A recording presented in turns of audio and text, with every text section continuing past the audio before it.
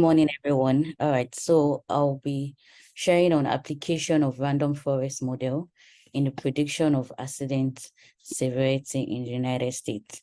So my colleagues are Adefabi, Adekunle, Olisah, Somtobe, Obunadike, Callistus, Oyetubo, Taiwo, Esther, and Tella Edward. Yeah, and I'm the one presenting. My name is Esther Taiwo.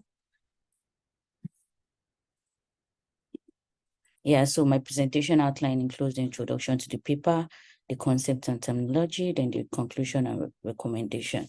Then we have the road traffic accident that has emerged as one of the leading global causes of fatalities and injuries. Then consequently, the prevention and prediction of traffic accident have become prominent subjects in traffic science and intelligent vehicle research. So for the effective implementation of this approach, accident prediction and severity prediction are critical, and identifying the patterns of how these severe accidents happen and the key factors enables the implementation of well-informed actions and better allocation of financial and human resources. So currently, according to the World Health Organization, in the United States, around 1.3 million lives prematurely end yearly due to road traffic accidents, and an additional 20 to 50 million people have suffered non-fatal injuries, often resulting in disabilities. And as a result of this, it actually affects the impact of the cost to the US citizen hundreds of billions annually. And therefore, this study we are currently undergoing aims to investigate the random forest model's effectiveness in predicting an accident severity. By this way, we'll be able to mitigate the effect of the accident severity happening over and over again across the years. So what is random forest? Our approach to random forest. So random forest is a powerful ensemble learning technique that combines multiple decision trees for improved accuracy and robustness. So random forests have to do with like multiple decision trees. So random forests often outperform single decision trees. It is less sensitive to outliers and data noise. The ensemble approach improves model generalization, that is, the model's performance extends beyond the training data set. Then the advantage of random forest is that it makes it less sensitive to outliers and also the noise. So based on our data, we actually examined and looked at car accident information that is spanned across the 49 states in the United States. And this data set was gathered between the February 2016 and March 2023. We actually got this data from the cargo. Yeah, and we actually were able to spool it from using the API. Yeah, so analytical methods used. So we actually looked at the variable screening. That is, we concentrated on based on the outliers that are existing in the data set. So we actually carry out variable screening in order to eliminate outliers, the missing values, and pointless variables, and the use of T-independent tests to look at the association between the target variable. And also we looked at the feature importance and analysis, such that which of the features are very important and will have much more influence on our model, and we'll be able to predict them accurately. So going on to the model building. So we have the data preparation. Then our data set has over 2,845,242 records with 47 variables.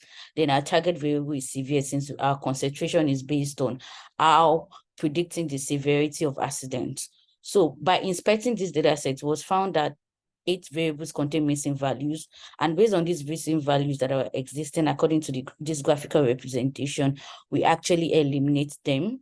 And as a result, our data set was reduced to 2.6 million records with a total of 38 variables, with 8 continuous variables and 31 categorical variables, which we further use for the analysis.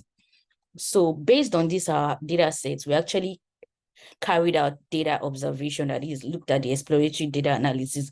What are the patterns? What are the trends? What are the things we notice as a result of the data set that we have? So we observed that the December has the largest record of accidents in the United States based on this categorical data sets we have. Then we looked at the Eastern time zone, the time zone that exhibit highest occurrence compared to other time zones. So we find out that the Eastern time zone actually had more accidents. Then also Fridays has the largest record of accidents in the United States, after which Thursday, then Wednesday. this indicate the certain patterns are associated with these days and was able to contribute to the risks of accidents. Then we looked at, okay, which of the location or which of the states have the recorded largest accident that has been occurring over the years. Then we find out that California state, based on the population, has more recorded largest accident in the United States. So we moved on to the model building, and we successfully partitioned our data set into the two ratios such that we have the train set and the test data. Then, since this target variable is severity and it has two categories, a classifier machine model is used, and the random forest with 500 trees was applied to train the data set.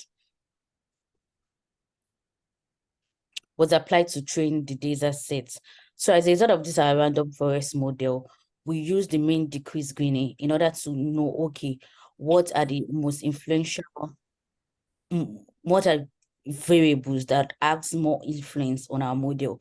So this mean decrease Gini is a measure of how much each variable contributes to improving the accuracy of the random forest model. And based on this analysis, we find out that the variables wind speed, pressure, humidity, clear, visibility, and cloud were found to be the six most essential variable in the model, such that based on the wind, based on the pressure, and based on the humidity level at that period of time, and based on how visible and how the weather condition is, those are the variables that have more predicting factors that can affect the likelihood of an accident occurring. So these variables significantly influence the model's ability to predict accident severity. In other words, they are critical factors to determine how bad an accident can occur. Then after these models were run based on this random forest analysis, then we have the result to be using the ROC curve, and our output is based on this ROC curve. The ROC is a summary statistics that quantifies the overall performance of the model. Then our AUC of 0.8 indicates that 80% accuracy in distinguishing severe from less severe accident. And this is very okay and very good, as the AUC shows that the model ability to distinguish between the less severe and severe class is quite effective. Also, we have our recall to be 79.2% from the output that was gotten from the model evaluation based on this our confusion matrix and statistics that is here. Then the recall of 79.2% for correctly predicting the severe accident. Then we have the high specificity, which gives us 89.8% for identifying the less severe accident. Then a precision of 97.1%, which indicate a low false positive rate, was also confirmed. Then our F1 score, where we're high and we're both correctly identifying the positive cases, that is the less cases and the severe accidents. So which happens to be 0.873, and it's actually a good balance between the precision and the recall. So the model effectively predicts accident severity and can aid in reducing fatalities, that is injuries and accident from occurring. Then looking at our model, we actually compare it to the existing model that was done on decision tree to be able to know, okay, how best or if our model actually performs better than the existing models that has been done initially. So based on this result, we find out that the decision tree actually had accuracy of 0.786, the recall 0.748, and the specificity of 0.865. And we realized that our random forest model, based on our outputs, performs much more better than decision tree model. So in conclusion and recommendation, our conclusion, we have that the random forest model effectiveness for predicting accident severity is very essential, and we have an high accuracy and precision. Also, our F1 score indicates strong positive indication, and we're able to identify the variables that have much more influence on the accident severity from happening in the United States. So furthermore, the random forest definitely outperforms other machine learning models such as decision tree and the SVM. Then also the implications for decision makers in enhancing road safety and reducing accident severity. If this model can be actually fine-tuned and it can be put into consideration, then we'll be able to mitigate and our decision makers can enhance road safety. Also, potential for targeted intervention in road design and infrastructure improvement. This will better make them to be able to design the road such that to look at the humidity, to look at the pressure, and to look at the weather condition as a result of that period of time. Then model application in prioritizing high risk areas for enhanced enforcement and monitoring. So this is very, very essential. And this model that we actually build will be actually very good for high risk areas, because there are some locations in the United States that are more high risk that are based on the humidity level. So based on this prediction, they will be able to enhance enforcement and monitoring. Thank you.